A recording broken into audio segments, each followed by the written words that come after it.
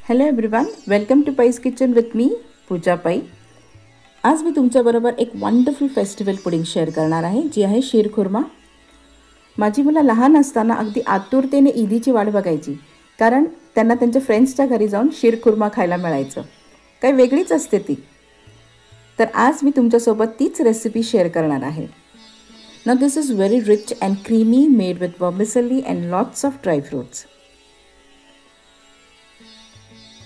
So let's get started and check out the recipe.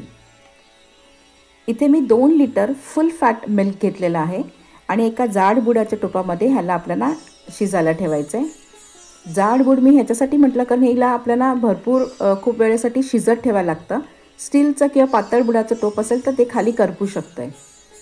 जर स्टीलचं टोप असेल तर तुम्ही खाली एक पळीभर किंवा एक चमचाभर थोडंसं पाणी घाला खाली आणि मग दूध त्याच्यामध्ये गरम करायला ठेवा. त्याने ते खाली बॉटमला लागणार नाही. बदाम, पिस्ता, चारोळी हे रात्री मी भिजत घातले होते आणि सकाळी त्याला सोलून त्याला असे लांब लांब काप करून घ्यायचे. 2 चमचे साजूक तूप मी पॅनमध्ये गरम केलेलं आहे आणि ह्यामध्ये आता आपले ड्रायफ्रूट्स आपल्याला क्रिस्प होईपर्यंत रोस्ट करून घ्यायचे आहे ऑन अ लो फ्लेम.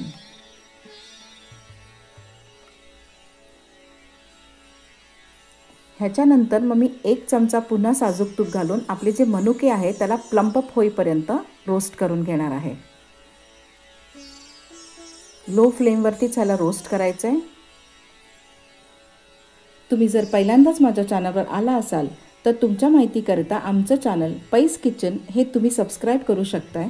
त्याने तुम्हाला आमचा व्हिडिओचं नोटिफिकेशन मिळेल. त्याचबरोबर तुम्ही हा व्हिडिओही लाईक आणि कमेंट करू शकताय. हे बघा आपली मनुके कसे टम झालेले आहेत. आता ह्यालाही आपल्याला काढून घ्यायचं आहे. आपलं तिथे दूध जवळजवळ शिजतं आहे. 2 लिटरचं 1.5 लिटर इतकं साधारण झालेलं आहे. आता आपण वर्मिसेली म्हणजे आपले जे शेवई आहे भाजके शेवया त्याला परत 1 चमचा तूप घालून भाजून घ्यायचं आहे.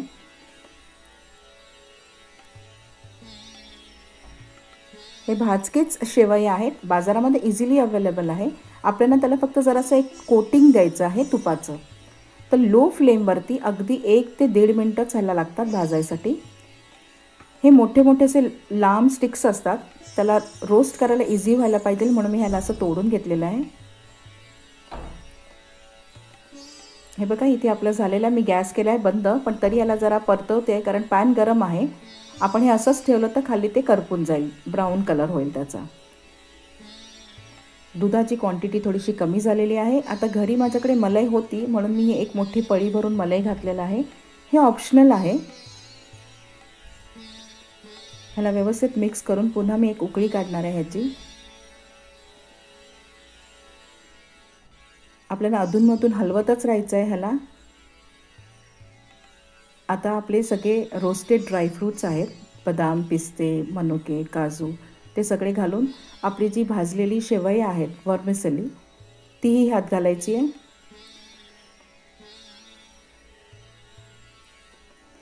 शेवया शिजेपर्यंत ह्याला कुक होऊ द्या. जवळजवळ 10 ते 15 मिनटं, 10 मिनटंच लागतील. त्यानंतर इथे मी 5 ड्रॉप्स केवडा एसेन्स आणि 15 ते 20 वेलचीचं पूड करून इथे घातलेलं आहे.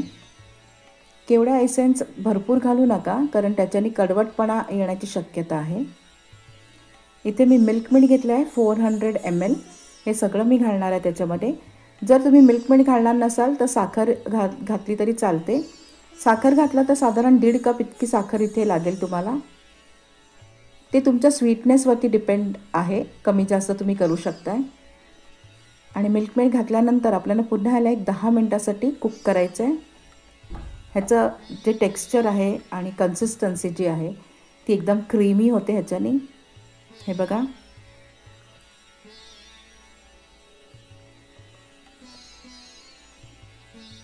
So rich and delicious sheer khurma is ready to be served either warm or chill. हे सर्विंग बॉलमध्ये शिफ्ट करा आणि एन्जॉय करा. Do try this recipe and enjoy and share it with your family and friends. किती थिक आहे बघा, ती थंड झाल्यावर अजून घट्ट होते. आज वेळेत वेळ काढून तुम्ही ही रेसिपी पाहिल्याबद्दल तुमचे मनापासून खूप खूप धन्यवाद. तुम्हा सर्वांना ॲडव्हान्समध्ये ईद मुबारक. पुन्हा भेटूया अशाच एका छानशा रेसिपीबरोबर. तोपर्यंत मस्त राहा, खुश राहा आणि सर्वात महत्त्वाचं खात राहा. थँक्यू.